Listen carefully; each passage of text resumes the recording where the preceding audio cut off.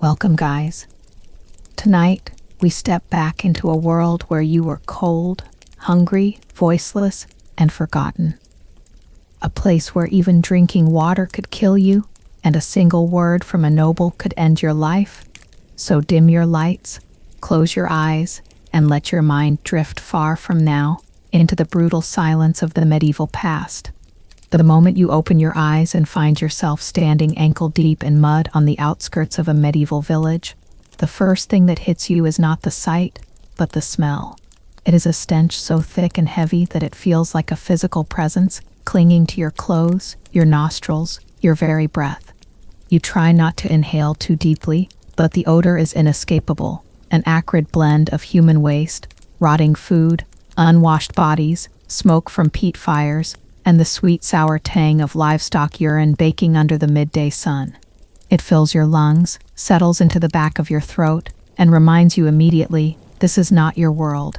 This is a place where filth is not a sign of neglect, but a fact of life. You blink against the sharp rays of sunlight filtering through a thin veil of clouds. The sky is vast yet oppressively gray, and there is no sound of traffic, no distant hum of electricity, no overhead whirring of airplanes.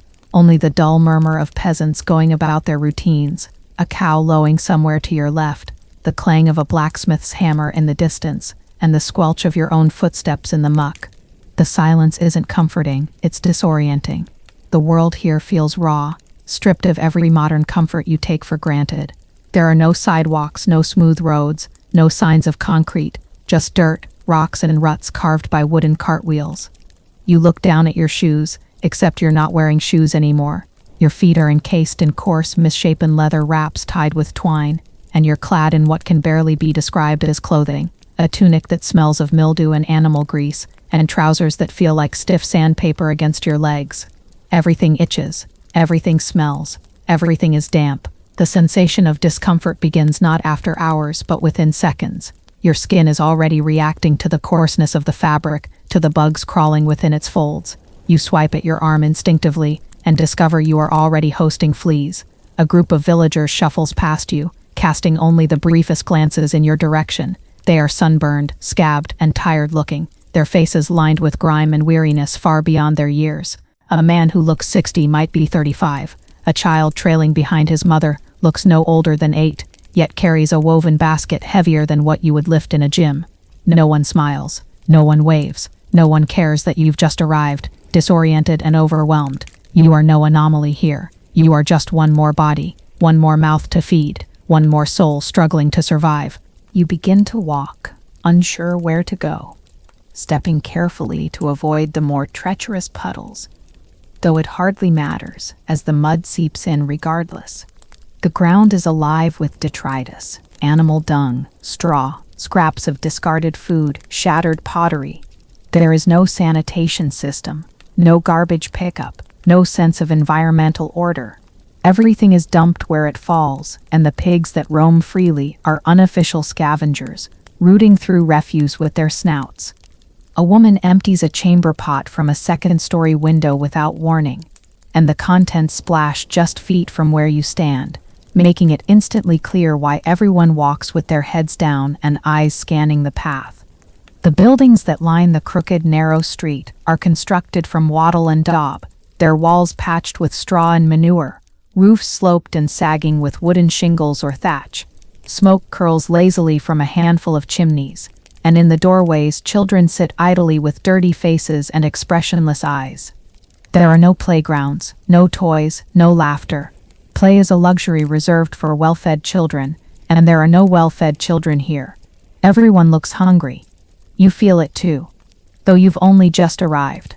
Your stomach already knots with a mixture of nerves and empty anticipation, and you wonder when your next meal might be, until you realize you have no idea what food looks like here. Not food as you know it. You pass what appears to be the village square, a slightly wider patch of mud where a simple wooden cross stands, and a crude notice board bears Latin scribbles you cannot decipher. A group of men huddle nearby, drinking from clay jugs, their eyes wary as they follow you. You look different, act different, and though your clothing mimics theirs, something about you does not fit. You do not know their customs, their rituals, They're taboos. One misstep, perhaps stepping on sacred ground without knowing it, speaking to the wrong person in the wrong tone, or simply looking a nobleman in the eye, and your brief visit might end before it begins. The blacksmith's hammer clanging in rhythm draws your attention. You step toward it, drawn by the comfort of a task being performed, something structured amidst the chaos. Inside the dim, sooty forge, the blacksmith is pounding a horseshoe into shape, his arms thick and shiny with sweat, his face expressionless. The heat is unbearable. You take one step inside, and the stifling air punches you in the chest. You back away, realizing that the forge is not a place for curiosity, it is a place for toil, and you have none of the skills that would make you useful here. As you continue wandering, you become acutely aware that there is no safe haven. There are no inns with soft beds, no taverns with cheerful fires and welcoming hosts. If such things exist at all, they are reserved for travelers with coin, and you have none. You are a stranger with no standing, no reputation, no skills, no protection. If you fall ill, no one will nurse you. If you are attacked, no one will defend you. You are on your own. And here, being on your own is not romantic. It is terrifying. You try to find a place to rest, but even sitting is uncomfortable. The ground is wet, the air chill, the bugs relentless. The sun begins to dip behind the trees, and a new fear creeps in. Nightfall. There are no lights in this world, no switches to flip, no comforting glow of electricity. Only fire, if you're lucky, and darkness if you're not. Darkness absolute and unbroken, filled with unseen dangers, both human and animal, bandits, wolves, spirits according to the villagers. But you're starting to understand why they believe in them. In this world, fear fills the spaces where knowledge has yet to reach. The moment you arrive, you are not merely uncomfortable. You are vulnerable, exposed and alien. The longer you stay, the more you realize this isn't just a different time. It is a different reality, built on pain, scarcity, rigid rules, and the constant nearness of death. And you've only just stepped into it. There would be no gentle warmth of steamy water falling from polished chrome above your head, no soothing scent of lavender body wash lathering beneath your fingers, and certainly no fluffy towel waiting just beyond a glass door. In the medieval world, the ritual of bathing was not a daily act of comfort and refreshment, but rather a rare and cumbersome ordeal if it happened at all.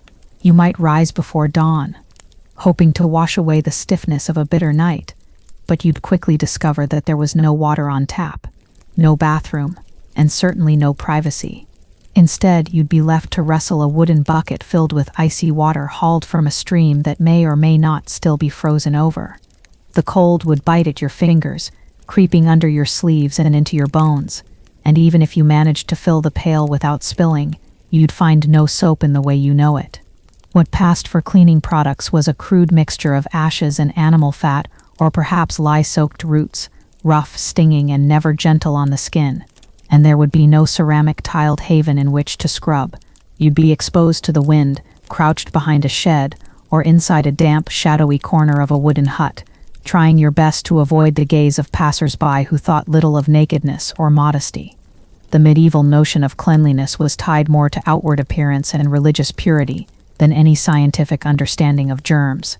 For the peasantry, washing was occasional and strategic, perhaps before a holy day, or to rid oneself of visible dirt before church. Even then, it would be more of a rinse than a thorough cleanse. Shared tubs, when they existed, meant communal water, growing murkier with each turn, and only those with higher status could afford anything resembling a private wash. But even nobility bathed far less than we would tolerate today, and their idea of fragrance relied more on perfumed oils and scented cloths than on actual cleanliness. Smells clung to bodies, sweat, smoke, animals, chamber pots, and over time, one simply adapted to the odor. To modern senses, this world would be an assault, not only of discomfort, but of stench. The scent of unwashed bodies mingled with the reek of open latrines and barn animals. It would seep into your clothes, your hair, even your breath, and there would be no relief but to endure it. And then there was the question of where to relieve yourself. There were no sparkling porcelain toilets, no soft rolls of paper, and certainly no flush handles. In towns, chamber pots might be used and emptied into the street gutters, where waste would pool in open ditches alongside mud, straw, and refuse. The air was thick with it, the sweet sour odor of rot and life tangled together.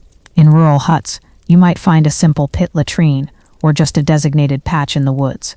In castles, stone privies perched precariously over the walls allowed waste to drop down into moats or courtyards below, often fouling the very places used for gathering water or housing animals. In winter, such facilities could be frozen solid, and in summer, swarming with flies, and in whatever your class, wiping was done with whatever came to hand: straw, moss, rags, reused if necessary, always coarse, never sterile. The notion of cleanliness as comfort would feel laughably distant. You wouldn't just be dirty by our standards, you would feel filthy, deeply and constantly. Privacy, too, was a foreign luxury. Life in a medieval village or manor was lived together, in shared spaces, with little regard for solitude. Families slept side by side on straw mattresses in a single room, often alongside livestock kept indoors for warmth. The sounds of other bodies, snoring, coughing, scratching, whispering, relieving themselves, were an ever-present background hum. You would never be alone unless you deliberately wandered far from the village, and even then the wilderness was no place of safety.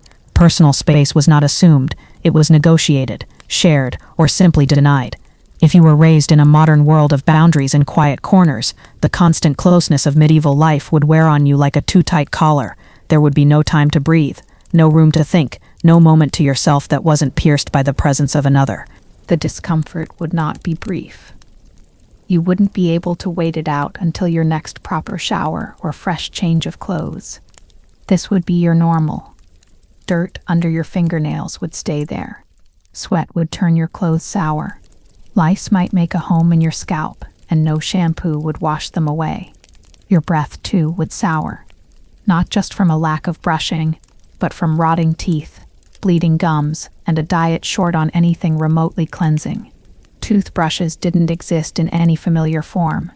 You might use a twig to scrape your teeth, or simply rinse with stale ale. Cavities would fester until they ached into your jaw and turned your nights into restless agony. Mouths were often blackened by decay. Smiles, when they came, were not pearly but yellow and worn, shaped by a life of hardship and indifference to appearance. And yet those around you would seem unaffected. They'd move about their days accustomed to this way of life, toughened by it, dulled to it, even proud of it. They had never known otherwise. But you, with your soft skin and sensitive nose, your yearning for hot water and citrus soap, your desire for privacy and fresh air, would quickly begin to wither beneath the constant weight of discomfort.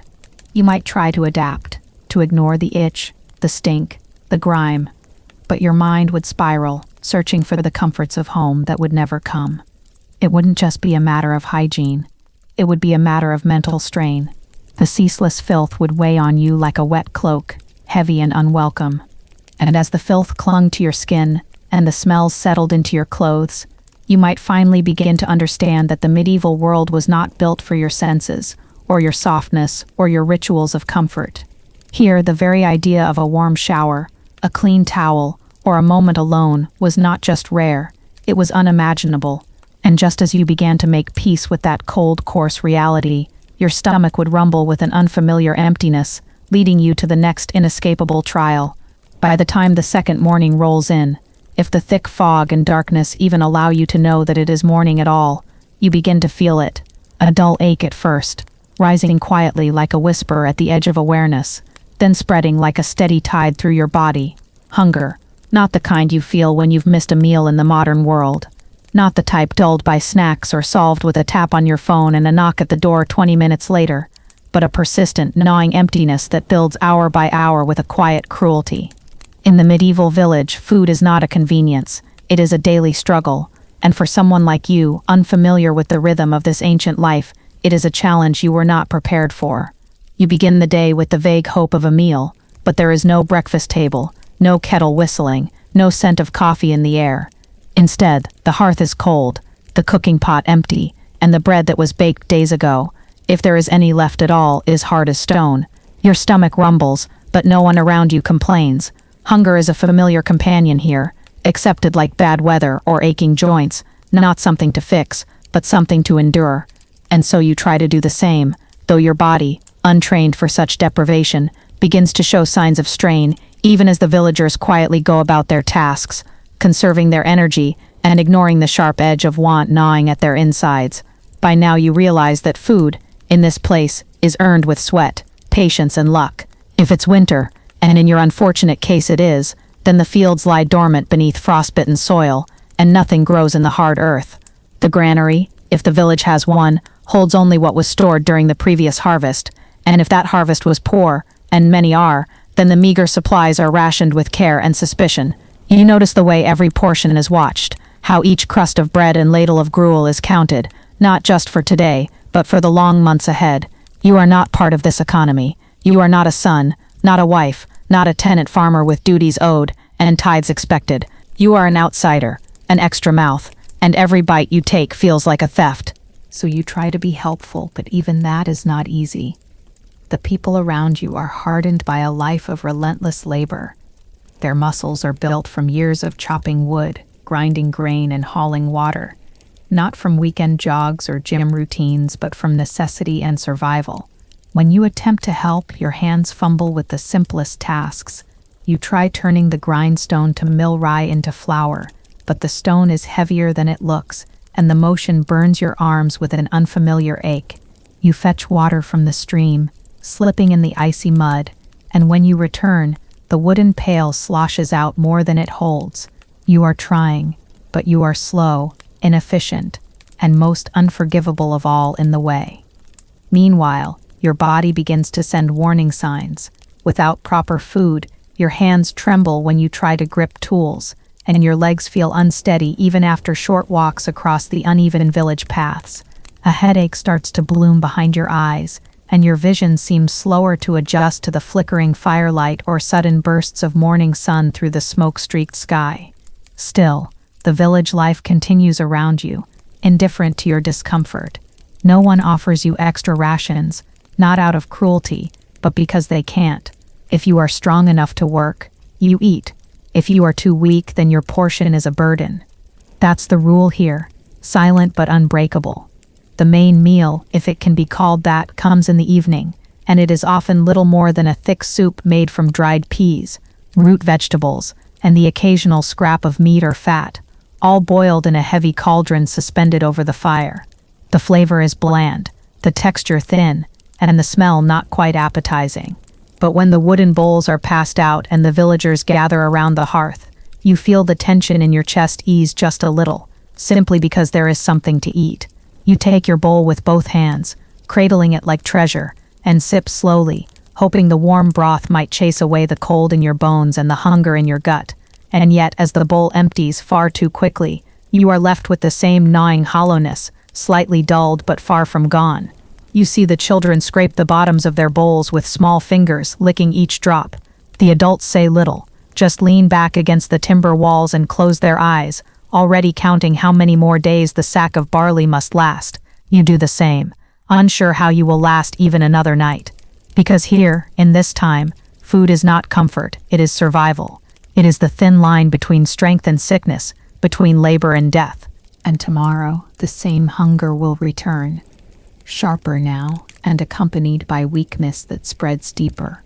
You will begin to understand why people in this era are so thin, why their bodies bend early, why their eyes seem older than their years. You are not built for this, not prepared to endure day after day of this slow, grinding starvation, this ritual of hoping and scraping and swallowing disappointment like it's part of the meal. You begin to dread not just the hunger but the thought of more days like this, of endless cold meals, aching limbs, and the quiet shame of needing more than others are allowed to give.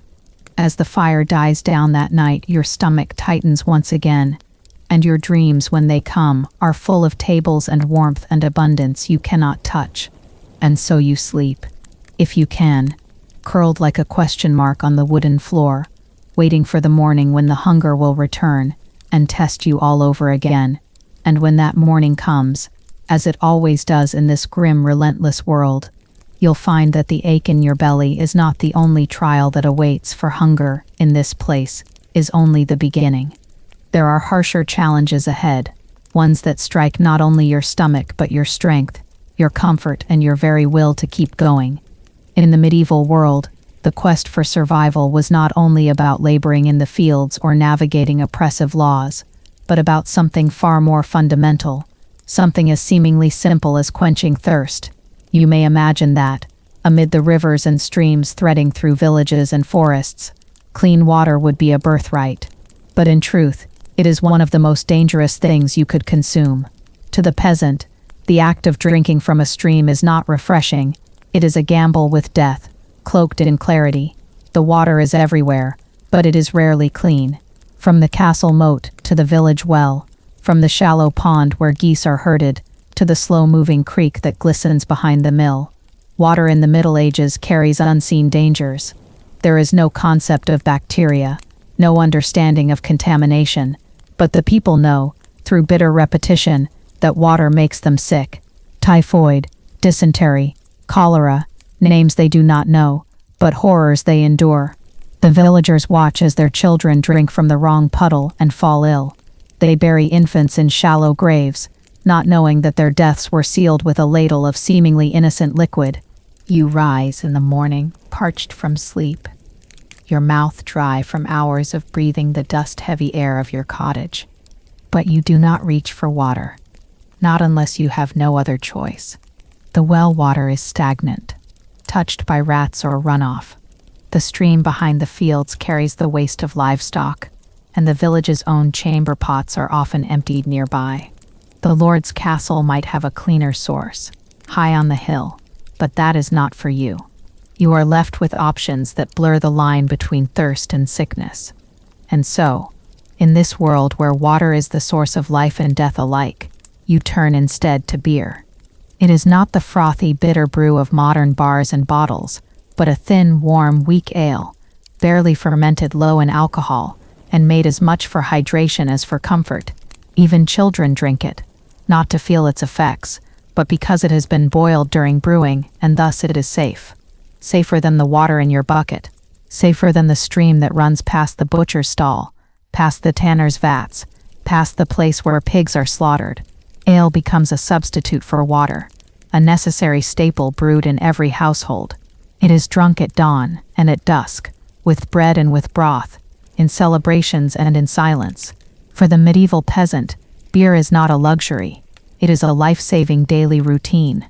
And the beer, like everything else, is humble, brewed from barley or oats, flavored with whatever herbs are available, nettle, heather, yarrow. It is cloudy and sour and warm. It goes bad quickly. It never sparkles, but it is familiar. It is safe, and in a world where filth clings to every surface, and danger lurks in the very air, something safe becomes sacred. Still, the irony does not escape those who have lived long enough to notice it. Water, the gift from heaven, is poison, and beer, the thing born from rot and fermentation, is salvation. The world has turned upside down, but no one has the words to explain it. They accept it, just as they accept the aching hunger, the brutal cold, the whims of lords and kings. It is just the way things are. When a child dies with fevered breath and soiled sheets, the village whispers that it was God's will. No one blames the water. How could they, when they've never been taught to question the invisible? In some rare places, monasteries perhaps, or wealthy households, a spring might be protected, diverted into carved stone basins, shielded from animal waste and runoff. But such places are few, and not for you. You live on the edge of sickness, and the margin is thin. You learn to spot the subtle signs of unsafe water: cloudiness, insects, a foul smell. But these signs are not always present, and so you hope. You drink carefully, sparingly, turning first to your household ale, brewed in copper pots and kept in barrels barely sealed with wax and cloth. In times of drought the fear deepens, wells dry up, streams grow sluggish, the ale supply dwindles, and the choice returns: thirst or risk. You might boil water over a fire, if you can spare the wood, if you have a pot not already claimed by stew. But firewood is precious, so you hesitate. You weigh the value of your health against the certainty of your hunger, the firewood needed for bread or warmth. Even in towns, the situation is dire. Waste is dumped into the streets, and rain washes it into the nearest drain or river. Tanners use rivers to wash hides. Dye makers pour caustic chemicals downstream. The smell of the water is warning enough, but when you're desperate, your nose becomes less discerning, and so you drink, and you hope. And when you are ill, when your belly cramps and your sweat turns cold, there is little that can be done. The healer may give you herbs, chalk powders, or prayers, but if the sickness came from the water, it often cannot be stopped. Your body weakens, you cannot work the fields, your children go hungry, and if the fever doesn't pass, your family must choose between tending to you or tending to the harvest. So you teach your children what little you know. You teach them to brew ale. You teach them to trust it. You teach them to look at water with suspicion, not reverence. And in that quiet lesson, passed from mother to daughter, father to son, is a cruel contradiction. That in a world of rivers and rain and wells dug deep, thirst may still be deadly. That the clearest water may hide the darkest death.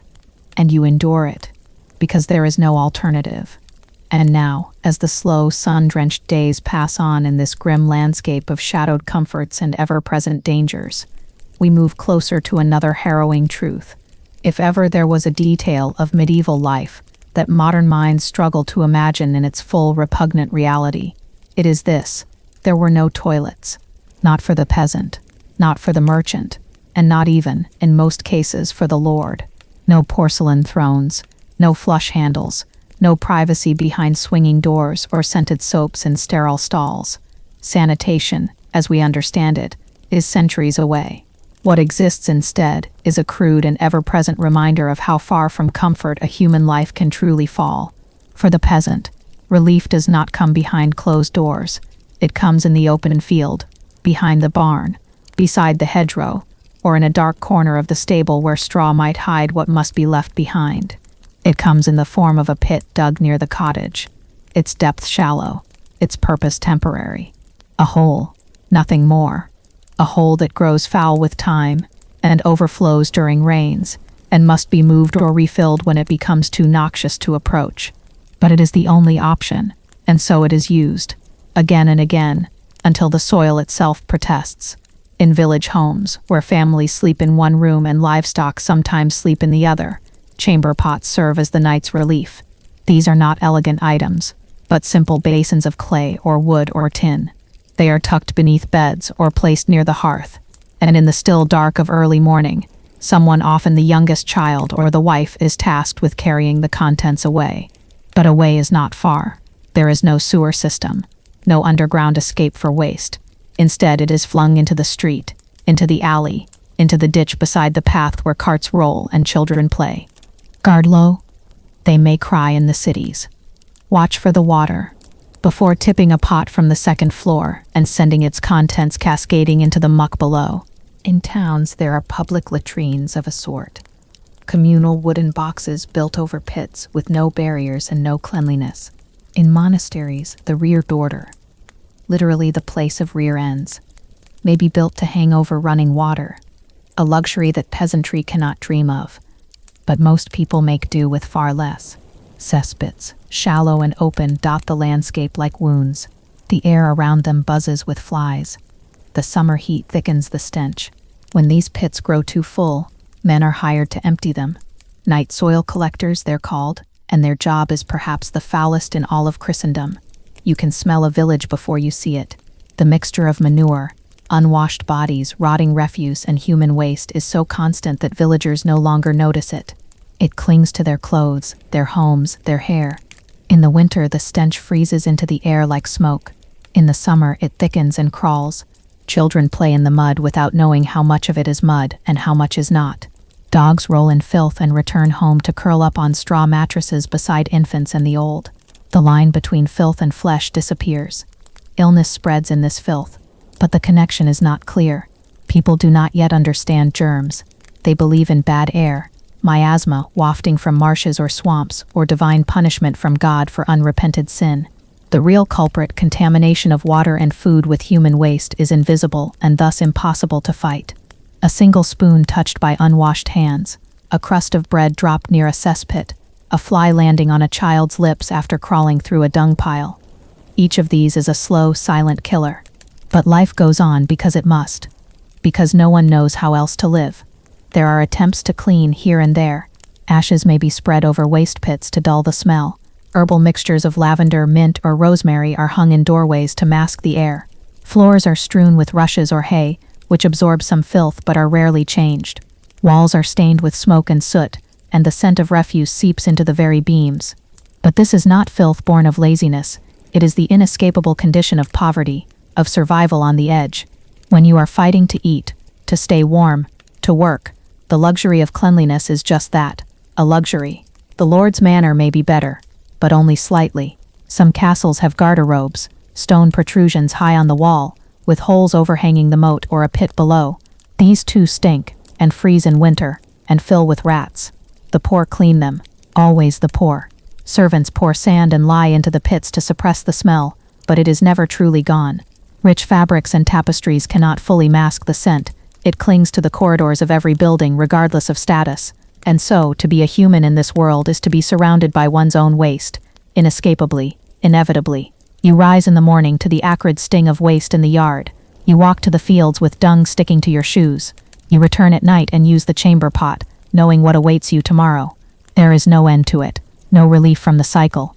Even the church, with its incense and holy water, cannot cleanse this truth. This is your world, one of holes and pits, of chamber pots and stink, of filth that seeps into your life not by choice but by design, and you endure it, as you endure the rest, because you must, because there is no other way. And as the stench thickens with each passing summer, and the flies rise like smoke in the midday sun, we move onward to another daily battle of the body. There are few certainties in the life of a medieval peasant, but one of them is this: you will not be clean, not today, not tomorrow, and perhaps not ever in the way that future generations would define it. Your skin, tanned by the sun and thickened by the wind, carries a permanent coat of labor, soil pressed into pores, grease rubbed into knuckles, sweat crusted into the creases of your neck. Bathing is not a part of your daily routine. It is not even a weekly one, and for some it may not happen for months or more. To be washed from head to toe is a rare and precious experience, like drinking honeyed wine or sleeping without lice. Water, after all, is not always safe. Streams are often shared with livestock and fouled with waste, and if the water looks clear, it may still carry unseen sickness. Drawing enough for a bath means long labor, hauling bucket after bucket, heating each on the hearth, pouring them into a wooden tub that leaks and creaks. Few peasants have such a tub. Fewer still have the time to prepare one. The fields call, the animals cry, and there is always more to be done. A quick splash of water across the face, perhaps a rinse of hands before a holy day, but full immersion, that is for holy orders or the very rich. Soap, as we might know it, does not exist. There are concoctions of lye and animal fat, sharp and caustic, harsh on the skin. They burn the eyes and sting the hands. These are not perfumed cakes of civility, but gritty substances, sometimes saved for laundry or for scouring pots rather than people. Occasionally, ashes are mixed with water to create a crude cleanser, but such things are used sparingly. They are homemade and time-consuming to produce, and the peasant woman who stirs lye with fat is well aware that it might strip her skin if not properly balanced. Instead, cleanliness becomes relative. If you wipe the mud from your hands on your tunic, you are clean enough. If you scrape the grime from beneath your nails with the tip of your knife, you have done your duty. If you comb your hair once a week with a wooden comb carved by your grandfather, it is an act of grooming. And when lice or fleas make your scalp itch, you sit beside the hearth and let your sister pick them out, one by one, crushing each between her fingernails. It is a moment of intimacy, of family, of survival. The stench of bodies is omnipresent. It rises from the beds of straw where entire families sleep, pressed together for warmth, sharing their sweat and breath. It hangs in the air of the one-room hut, where smoke from the hearth meets the dampness of soaked wool and the musk of unwashed feet. It clings to tunics that are worn day after day, patched until the fabric itself is more repair than cloth. In summer, the heat intensifies it. In winter, it is hidden beneath layers of grime and wool. There is no deodorant, no scented powders, A sprig of mint tucked into your collar is the most you can hope for. And yet, within this world of odor and earthiness, there is no shame. Everyone smells. The Lord in his stone hall, the monk in his robes, the child in the hayloft. They all carry the human scent. It is simply life. To work is to sweat. To sweat is to stink. To stink is to be alive. Only outsiders, perhaps a rare traveler or a noble woman visiting from a distant court, might comment on the smell. But even they, after a few days, will cease to notice. The nose adjusts. The senses learn to accept what must be accepted. Still, there are moments, brief, fleeting, when water touches skin. A springtime rain, warm and sudden, may become a blessing, and villagers run laughing beneath it, lifting their faces to the sky. On feast days, when the church bells ring and songs rise from the fields, mothers might strip their children and scrub them with cold water from the well, using woven cloths or rough fingers. And once in a great while, a festival will bring the bathhouse to life, if your village has one. These bathhouses are crude, often little more than steam-filled sheds. But for an hour, you may sit in warmth, pour water over your head, and feel something close to renewal. But the cleanliness does not last. The dirt returns. The sweat begins again. And by nightfall, you are as you were, grimy, earthy, unchanged. This, too, is part of your life. Not because you are lazy or uncivilized, but because the world you live in does not allow for more. Because water is precious. Because time is short. Because survival is the priority, and soap is a luxury. So you carry the smell of your body like a second skin. You live with it. You sleep with it. And when you wake, you rise, stretch, and step barefoot onto the packed dirt floor, already returning to the labor that will coat your body once again. And now, as the scent of sweat and smoke fades into the background of your sleepy thoughts, we move deeper into the bodily burdens of peasant life. In the medieval village, even before your first cry echoes through the thatch-roofed hut, your path has already been chosen, not by gods or fortune, nor by your dreams or desires, but by blood and birth and the unshakable weight of ancestry. You are born into your place, and that place will hold you for life, like the iron nails hammered into the beams of the cottage above your cradle. You are a peasant, because your mother is a peasant, and her mother before her. Your father tills the land, not because he wants to, but because his father did, and the soil remembers his name as part of the rent it owes to the Lord. The village priest may preach about the divine order and the heavenly plan, but the only order you know is the one etched into the fabric of daily life. You will rise when the rooster crows, walk the same fields as your ancestors, and someday pass your hut and hoe to your child who will do the same. There is no question of what you might become, no dreaming of far-off cities, of books, of music, of travel. Even if you could dream, there is no map to guide you elsewhere. There are no teachers to open doors. There is no leisure to ponder alternatives. The moment you are strong enough to stand, you begin to help. You fetch water. You gather kindling. You herd the chickens, or stir the porridge, or patch the woolen cloak that has already clothed 3 older siblings. Childhood is not a sanctuary. It is merely preparation for work. And for most, the roles are even more defined by gender. If you are a boy, your world is the field, the plow, the fence that must be mended, the ox that must be yoked. You will learn to swing the scythe and reap the grain, and chop the firewood that will warm your family through the winter if the harvest is kind. If you are a girl, your domain lies within and around the cottage walls. You will learn to bake, to sew, to keep the fire alive even in the dead of night, and to soothe the cries of babies long before you bear your own. Your name may be yours, but your future is not. Ambition is a word without meaning. If you express a desire to do something different, to leave the village, to become a scribe, a soldier, a scholar, such thoughts are met with quiet pity or stern correction. We are not that sort, they might say, with a shrug that carries centuries. Be thankful for what you have, and it is not bitterness that enforces this order, but habit, continuity, safety. A village must function like a wheel, and everyone must know their spoke. The Lord rules from afar.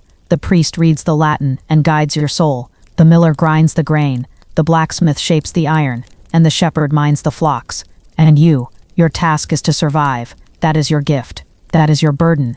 The rigidity of this life is not visible like the walls of a prison, but it is no less real. And when someone dares to deviate, a runaway serf, a disobedient daughter, it does not end well. The village whispers, the Lord punishes, and the world like a clenched fist closes tighter. There is fear in change, there is danger in difference, and so people stay.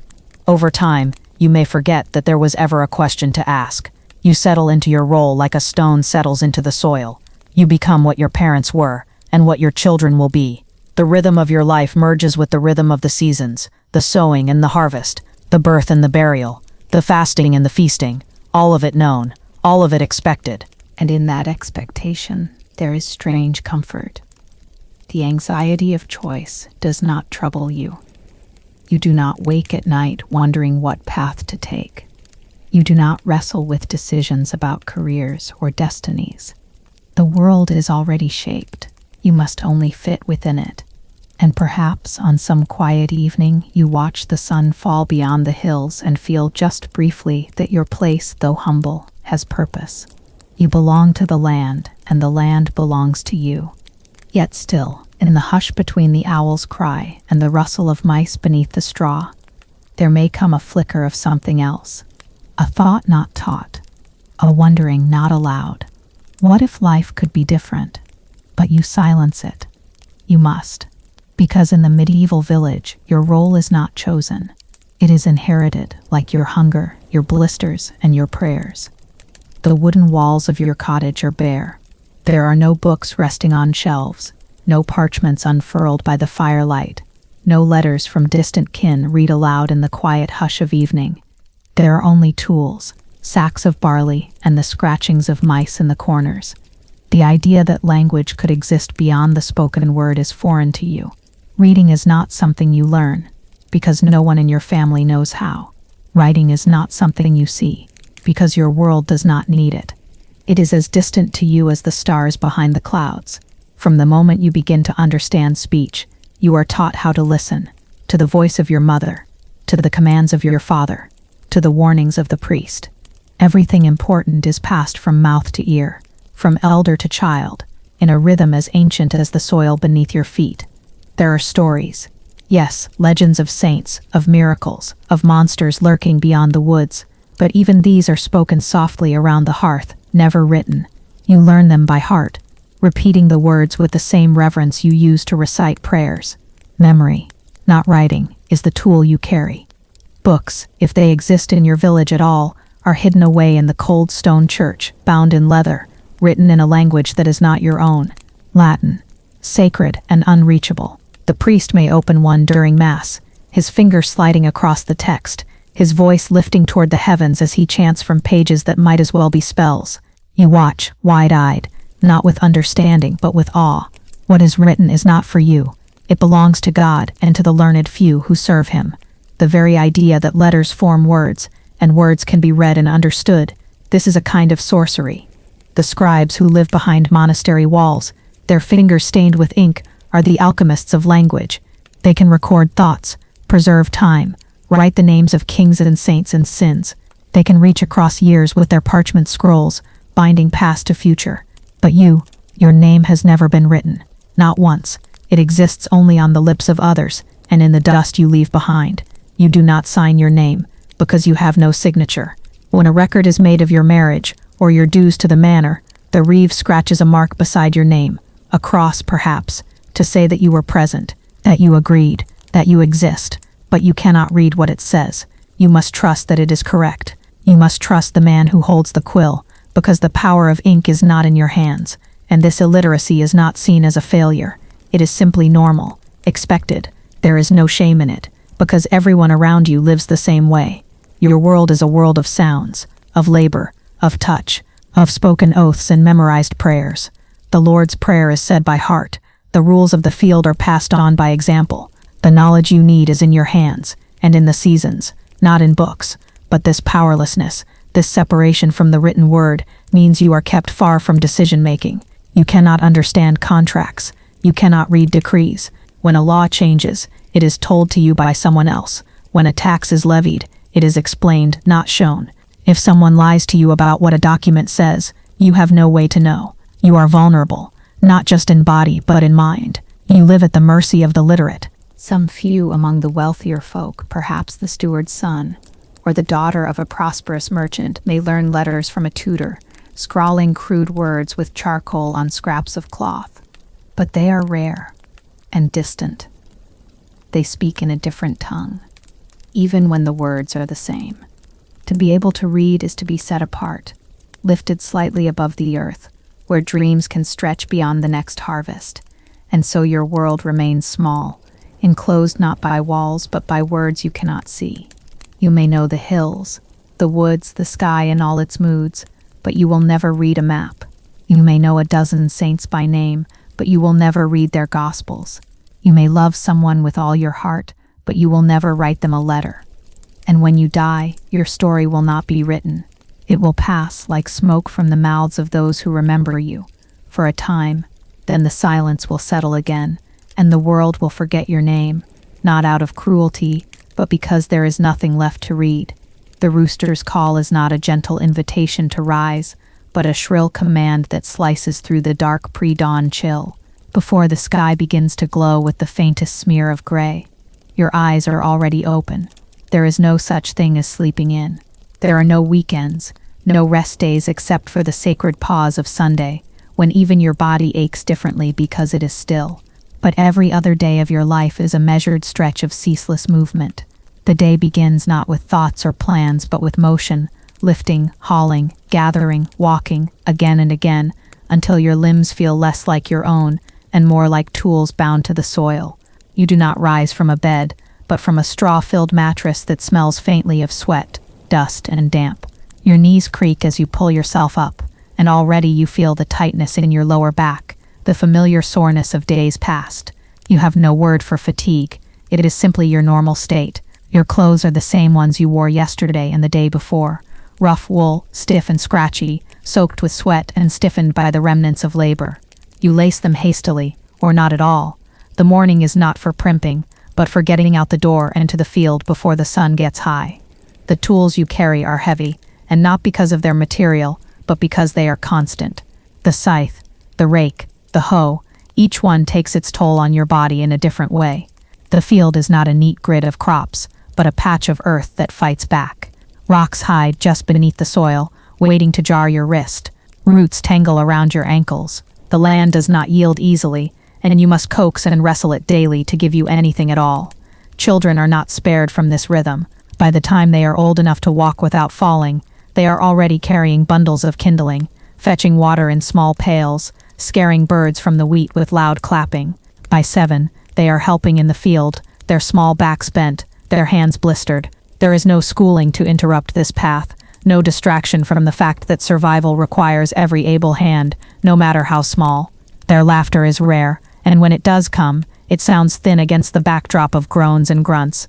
You know precisely how the day will pass. You will work until your stomach growls, then pause briefly to eat a cold lump of barley bread or a piece of dried onion.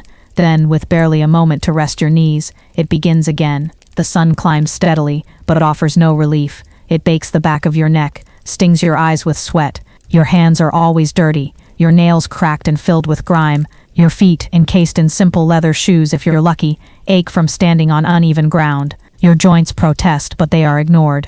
Pain is not exceptional. It's just part of the job. If the weather turns sour, rain, or wind, or bitter cold, you work anyway. Crops don't wait, and animals must be fed regardless. Harvest cannot be delayed, not even for a storm.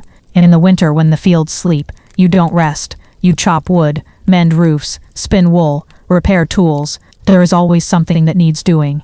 The idea of free time is laughable. Every idle moment is seen as dangerous or sinful. Even your thoughts must be directed toward useful things. When you do pause, it is never quite restful. You sit in a crouch, half staring into space, feeling the tremble in your muscles, and knowing that in a few short breaths, you must rise again. There is no grand reward waiting for you. No coin, no praise. Just survival. Just the hope that tomorrow's effort might yield enough to last the week. Your hands become calloused, your shoulders stooped, You don't walk so much as trudge. You don't talk about dreams or ambitions. Those belong to a different class entirely. Yours is a life built from repetition, not imagination. The day ends only when darkness demands it. You work until you can no longer see the earth clearly.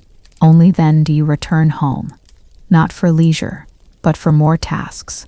Tending to animals, helping your spouse mend torn clothes, sharpening blades by firelight. And then at last you collapse onto the straw again, knowing that sleep will come quickly, not out of peace but out of exhaustion. There is no reflection, no journaling, no evening cup of tea. There is only the heavy silence of limbs too tired to move, and the dull knowledge that you must rise again when the rooster calls. And this pattern repeats, endlessly, not for weeks or months, but for years, decades. An entire life spent in this cycle, from childhood to old age if you live that long. And when your body finally gives out, it will not be because of illness alone, it will be because of wear. You are used up, like a tool left too long in the rain, and the world will not pause when you fall. Your children will take your place, and the rhythm will continue, because the land must be worked, and you, in your back-breaking labor, are just another part of it. There is no silence in the medieval world, not the comforting hush of modern quiet, but a constant undercurrent of movement and murmur, where the whisper of wind through thatch competes with the clink of tools and the rustle of restless feet. But louder than these is the noise inside your mind, the steady churn of anxiety, an instinctual awareness that something or someone is always near, always watching, always ready to take. And so, even as your hands are busy with the day's labor, and your back strains beneath its endless burden, your eyes flick around, always searching the edges of vision, not for wonder or beauty, but for danger, for betrayal, for punishment. Because in your world, trust is a brittle luxury, easily shattered and rarely mended. You live among people you have known since you were born, neighbors, and yet you do not feel safe among them. The hunger that lives in every stomach is a sharp companion, and it breeds desperation. If your loaf of bread goes missing from the windowsill, there is no mystery about the culprit. It was likely someone just as hungry as you. And if your only winter cloak vanishes, it's not a traveling thief, but a fellow villager who took it to shield their child from the bitter wind. You understand this truth, but that doesn't ease the sting. Because now you are the one left cold.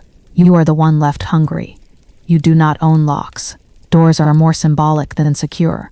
You sleep with your most precious belongings, if you even have any, tucked under your head or hidden beneath floorboards you dug out with your own fingers, and you whisper to your children, not just to be kind, but to be careful, to be silent, because even words, when said too loudly, can bring ruin. A misplaced complaint about the steward, an innocent observation repeated at the wrong time, could be twisted into treason. You teach them early that eyes and ears are everywhere. Your feudal lord looms large over your life, not in person, for you rarely see him, but in the presence of his power, his tax collectors, his guards, his whims. These are the expressions of his reach. If you underpay, even by mistake, you may be fined, or worse, your goods confiscated. If you fail to meet your duties on the land, you could lose your hut, your rights, your future. And if someone falsely accuses you of theft, of laziness, of hiding grain, there is little recourse. Justice does not wear a blindfold here. It stares you down with the unblinking eyes of class and privilege, and it almost always finds the peasant guilty. Sometimes it's not theft that you fear, but betrayal. A neighbor you quarreled with might report you for breaking the Sabbath. A distant cousin might tell the reeve you've been hoarding eggs or brewing ale without permission. There is no comfort in innocence, because accusation alone is enough to bring ruin. Trials are rare, and even when they come, they are little more than performances. The testimony of a nobleman's servant outweighs your own truth. And if it comes down to oath-taking, who will swear on your behalf? Everyone is too frightened, too occupied with their own survival. Punishment is not discreet or humane. It is public, loud, and often violent. A thief might lose an ear. A man accused of poaching could lose a hand. A woman who defies the expectations of her role could be paraded through the village, head shaved in disgrace, shame etched into every step. These events are not rare, they are routine, a part of village life like any other. Children are brought to watch, to learn, to understand what awaits those who step out of line. And yet the line is not always clear. You might follow the rules one day and still be punished the next. A guard who takes a dislike to you might invent a transgression. A powerful man might decide your daughter is his for the night, and if you protest, you become the criminal.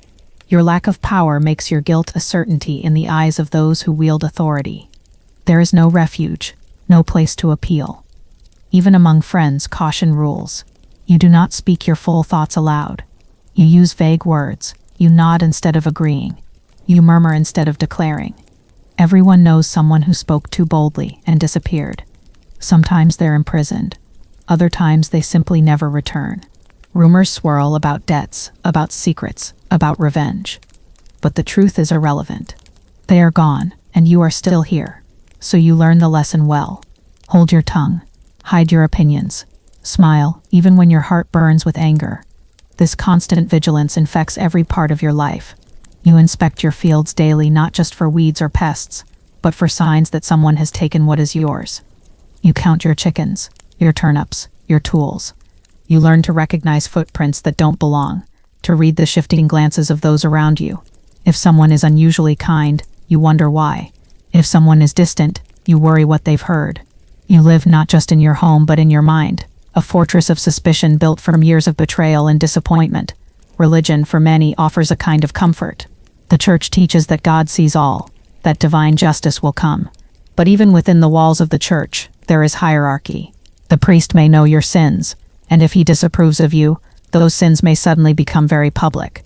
Confession is not always confidential. The pulpit can be a weapon, and the wrath of the village, when stirred by righteous fury, is swift. A whispered accusation of heresy, of sorcery, of sin. These can unravel your life faster than the worst drought. In this world, fear is not a fleeting sensation. It is a companion. It sits beside you at meals, follows you into the field, lingers as you drift into uneasy sleep. You do not have the luxury of feeling safe. Not fully. You do not know what it feels like to trust without caution. Every smile might hide a threat. Every gesture might precede a strike. And so you watch. Always. Your hands are busy, but your eyes are sharper. Your back is bent, but your mind is alert. Because in a world like this, vigilance is not just survival, it is life itself. The law, as it exists in your world, is not a gentle thing. It does not come with parchment scrolls and long debates, nor is it dressed in flowing robes and balanced scales. The law as you know it arrives in the form of a whip, a cudgel, a chopping block, or the scornful eyes of the reeve, the bailiff, the steward. It is not a system designed to protect you. It is a tool built to control you, to ensure that you, and those like you, never forget your place. And that place is low. So low that justice becomes a word used only by those who will never need it. So low that innocence is no shield, and reason is no defense. In the village where you live and struggle and age, the law is as old as the land itself, passed down from lords and kings you have never seen and will never meet. It is enforced not with understanding but with certainty, and its judgments are neither questioned nor softened. The law is a thing done to you, not for you. When the law speaks, it does not ask what happened. It asks, who are you? And if the answer is a peasant, then everything else has already been decided. To commit a crime in your world does not mean much. For even a mistake, a rumor, a suspicion, a poorly timed word, or a jealous neighbor's whisper can bring down the same weight of punishment as true guilt. You may steal a loaf of bread in a moment of desperation, not to defy the rules, but to feed a child who hasn't eaten in days. It does not matter. Hunger is not a defense. If caught, your hand might be branded with hot iron, marking you forever as a thief. In some cases, you could lose a finger or the entire hand. A harsh penalty, yes, but one the law metes out without hesitation. Even the smallest transgressions are met with spectacle. A woman accused of gossiping about the Lord's steward might be locked into the stocks for a day and a night, her arms and head fixed in place while the townspeople mock, spit, and throw refuse. A boy who breaks a tool belonging to the manor may be whipped in front of his family. Not because these punishments will undo the crime, what's broken stays broken, but because they must serve as a warning. Look what happens to those who forget their station. and yet more dangerous than what you do is what others say you've done. The law is swift, but it is not thorough. There are no investigations, no appeals. If the bailiff believes the word of a wealthier man over yours, you have no defense. If a steward decides to blame you for a missing item, no one will ask if it was truly you. You will be called before the manor court, forced to kneel, to confess, perhaps even to endure a trial by ordeal. You may be made to plunge your hand into boiling water, and if the wound festers, that is taken as proof of your guilt. Your body becomes the evidence. The fire becomes the judge. Some laws are even stranger. In certain places, if a pig tramples a noble's field, the peasant who owns it might be fined more than he earns in a season. If his child scares a noble's horse, he might be whipped. A woman who bakes bread with too much salt, if it was meant for the Lord's household, can be publicly flogged. These laws are not about fairness. They are about obedience. About keeping people like you in constant fear, always doubting whether today will be the day you are punished for something you didn't even know was a crime. Worse still are the taxes disguised as laws. If you cannot pay the annual fee for using the Lord's mill, even if the harvest was poor and your grain scarce, you may be punished as a criminal. Not just evicted, but jailed. Jails are not places of reform. They are damp pits filled with disease and sorrow. In some cases, your punishment may not even involve jail.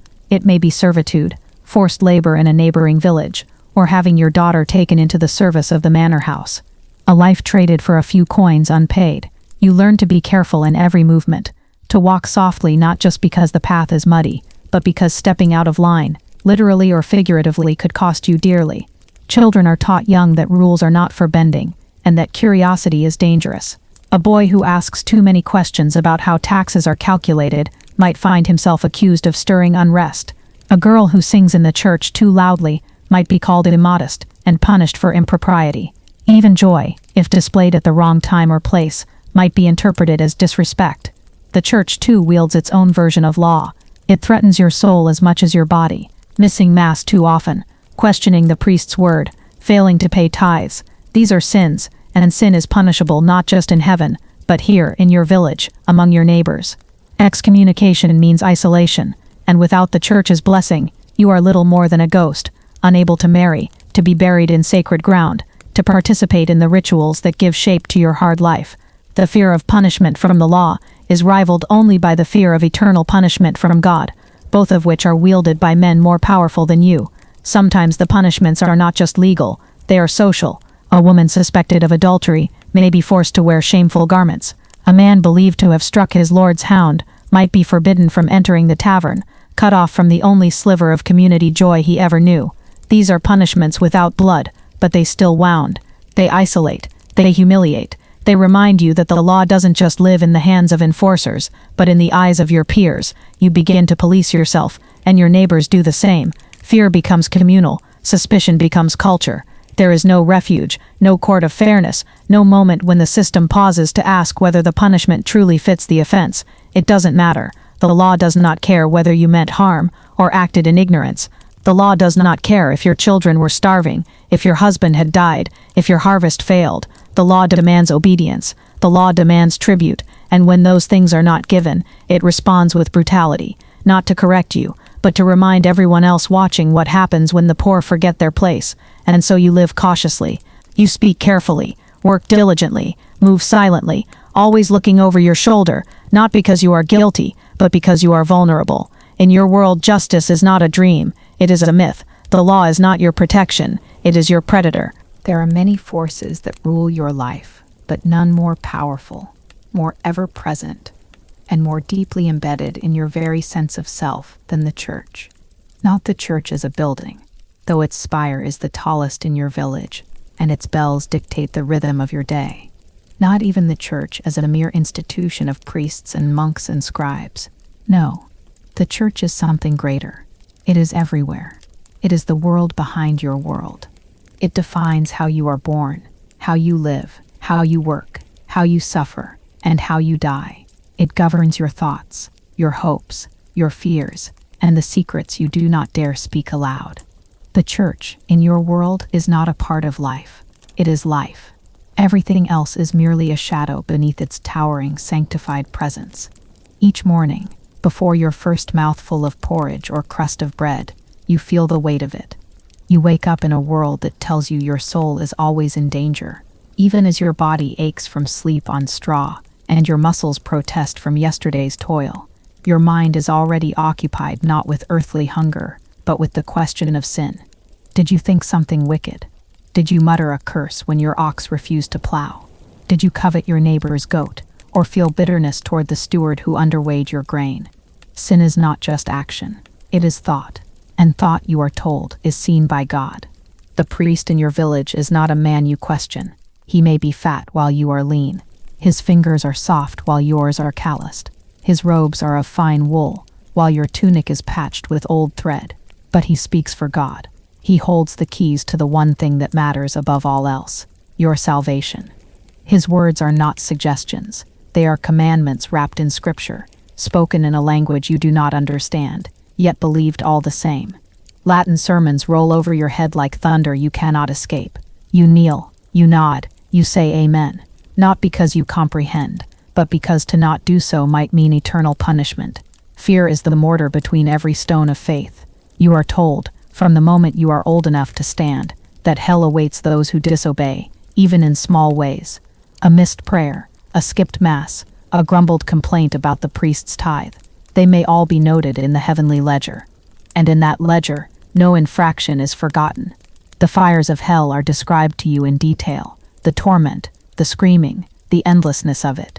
You see illustrations in the church's single holy manuscript, grotesque demons devouring the souls of liars, adulterers, and those who dared question the church's authority. The drawings burn into your mind. You carry them with you like invisible chains. Confession is your only escape, but even that is a double-edged sword. When you kneel in the wooden booth, speaking your sins into the darkness, you never know if the priest believes your contrition is sincere. You confess everything, real or imagined, because guilt is the water in which you are made to swim. And when the priest gives his absolution, you feel lighter for a moment. But the guilt never truly leaves. It returns the next day, the next hour, the next intrusive thought. Sin is not a door you walk through. It is the room in which you live. The church owns the land on which your cottage sits. It owns the fields you plow and the tithe you pay, often 1/10 of everything you grow, every egg your hen lays, every bunch of leeks you dig from the frozen soil. That tithe is not optional. It is extracted with solemn certainty.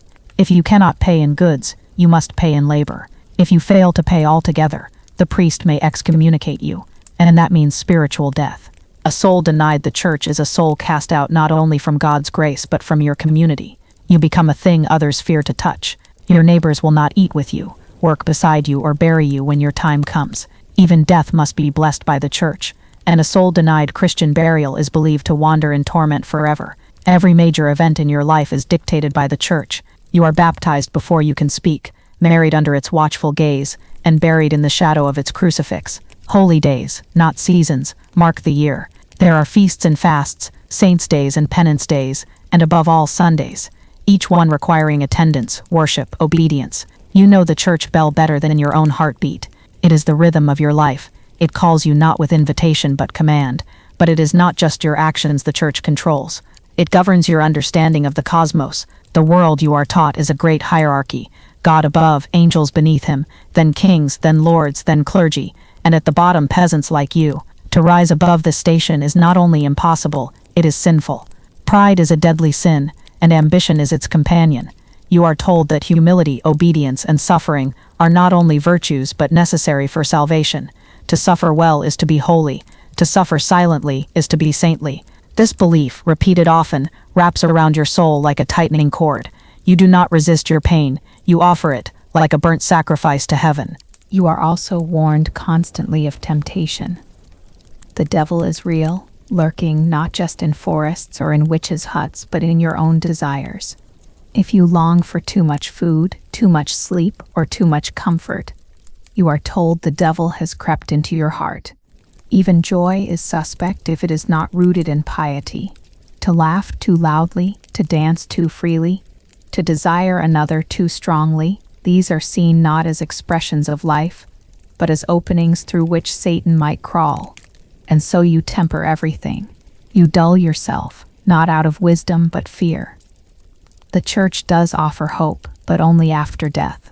Paradise is spoken of in glowing terms, a place of peace, light, eternal joy, but it is far away, and the road to reach it is narrow, lined with thorns.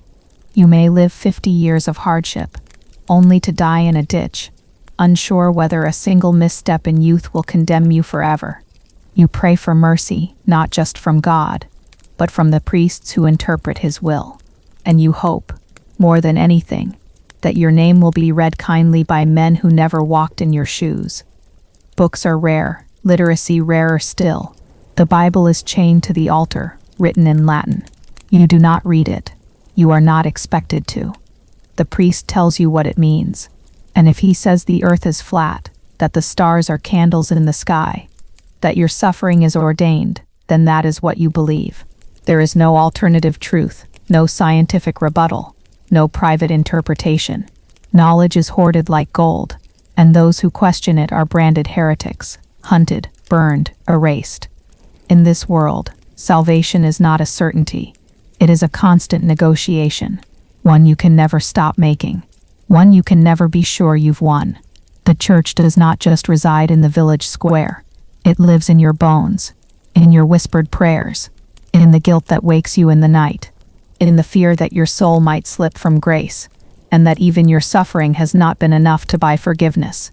In a world without microscopes, without telescopes, without laboratories or printed books, there was only what could be seen with the naked eye, heard whispered in the wind, or passed down from trembling lips by firelight. In medieval times, explanation and understanding were not the domain of logic or science. They belonged instead to shadowed corners, to the old crone hunched in her doorway muttering about signs in the sky, or to the priest standing solemnly at the pulpit, insisting that sickness, crop failure, or death itself had come because of sin. Superstition did not live at the fringes of society. It sat comfortably at the center of it. It was not questioned, for there were no means to challenge it. There were no studies to cite, no controlled experiments to run, no peer-reviewed papers to consult. There were only signs and fear.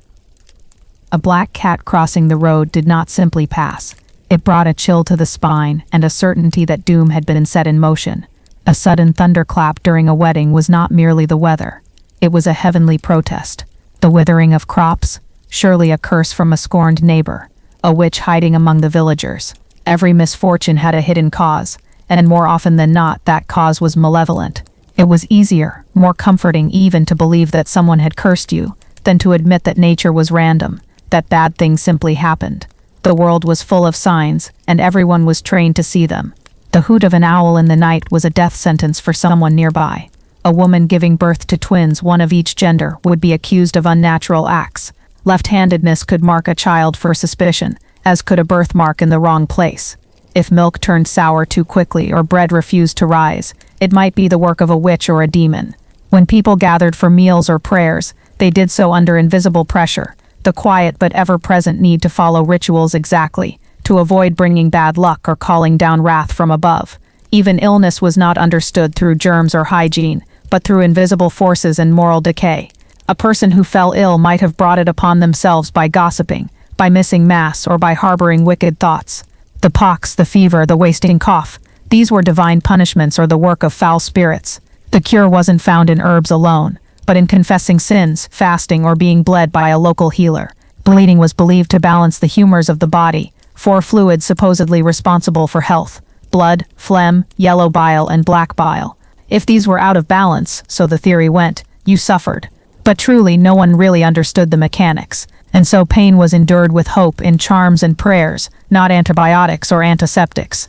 Dreams were another powerful force. If you dreamt of your teeth falling out, it foretold death in the family. If you dreamt of water, it meant tears were coming. People clung to these signs, desperate to find order in a world that felt so deeply chaotic. Superstition provided a kind of map, however flawed, a way to anticipate the future, to explain the cruel present, and to feel even slightly in control. Witch trials, of course, were the most terrifying expression of this worldview. A woman who lived alone and kept cats, who knew how to brew teas from dried roots, or who dared to speak her mind, might easily be accused of dark arts. A sick child, a failed harvest, a cow that stopped giving milk, all could be blamed on her. Once accused, there was little hope.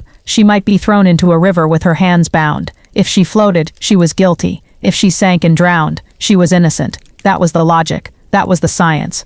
Even the church, which claimed dominion over the soul and all that was moral, was steeped in superstition. Relics, pieces of bone or cloth supposedly belonging to saints, were paraded through towns in times of plague or famine. People paid money to touch them, believing this would grant healing or mercy. Pilgrimages were made not just out of faith, but out of fear. Fear that staying home might mean damnation, while visiting a holy shrine might tip the scales of fate.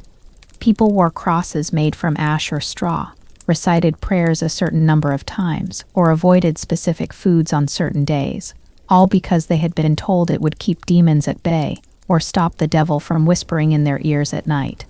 Children learned these customs early. They learned not to step over a body before burial, or it might rise again. They learned to never leave scissors open, to never sweep the house after dark, and to always throw salt over the left shoulder if it spilled.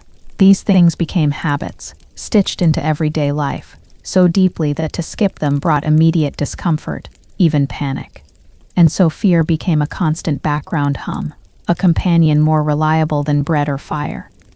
In every creak of the wooden beams above, in every gust of wind that made the shutters rattle, there was something more than nature. There were ghosts and fae and vengeful spirits. There were signs and portents. There was fate, and no one was above it. Kings consulted astrologers. Soldiers wore charms sewn into their armor. Housewives kept sprigs of rosemary tucked above the door. The veil between reality and the invisible was always thin, and few dared to push against it.